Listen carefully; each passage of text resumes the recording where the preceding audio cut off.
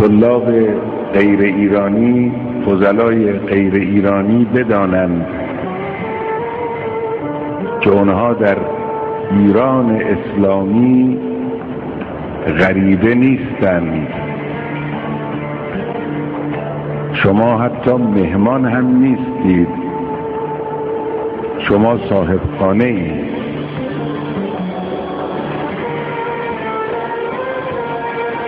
شما فرزندان عزیز من هستید.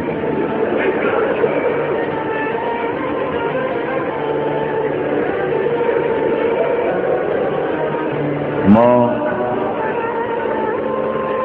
مقدم این پروانه های عاشق را که به شوق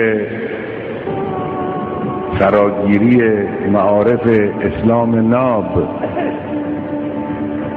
به این دیار سفر کرده اند گرامی می‌داریم. ما وظیفه خودمان می‌دانیم که شما عزیزان را در حد توان خودمان از آنچه که از معارف اسلام ناب و معارف اهل بیت علیهم السلام در اختیار ماست برخوردار کنیم.